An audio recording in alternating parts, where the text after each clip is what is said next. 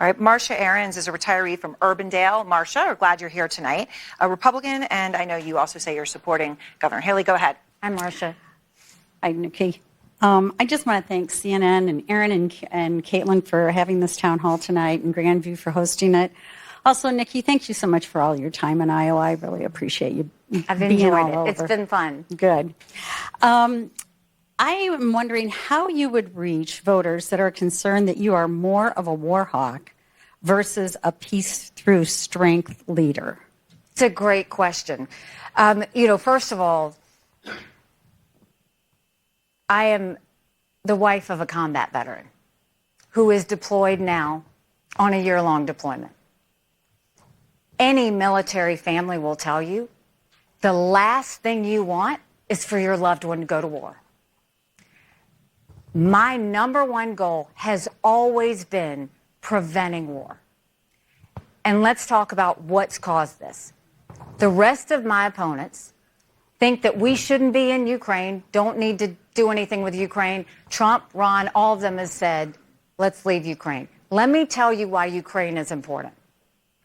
First of all, you should know at the United Nations, Ukraine was one of our good friends. They voted with us on almost everything. They supported all of our initiatives, whether I asked them to or not. But here you have this pro-American, freedom-loving country that was invaded by a thug. 500,000 people have died and been wounded because of Putin. Now, I don't think we should give cash to any country, friend or foe, because you can't follow it and you can't hold it accountable. I don't think we need to put troops on the ground in Ukraine, and the Ukrainians don't want it. They want to win this themselves. But I think we need to give them the equipment and the ammunition to win. Why should we care about Ukraine? Anybody thinking that, that's a legitimate question for you to ask. And I am sorry that Biden and no member of Congress is explaining that to you, but I will because you deserve it. When I was at the United Nations, I saw that terrorists, dictators, and thugs always tell you what they're going to do. They're amazingly transparent. Hamas said they were going to go into Israel. They did. China said they were going to take Hong Kong. We watched it. Russia invaded Ukraine. They told us they were going to. China says Taiwan is next. We better believe them. Russia said once they take Ukraine, Poland and the Baltics are next. Those are NATO countries, and that puts America at war. This is about preventing war. It has always been about preventing war. We don't want our men and women to go have to fight. And so supporting Ukraine is actually preventing war and seeing it for what it is. And Putin has hit rock bottom.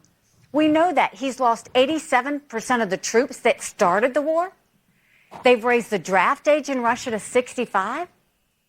They're getting drones from Iran and missiles from North Korea. We know they've hit rock bottom. But now let me tell you something else that's really important, Aaron.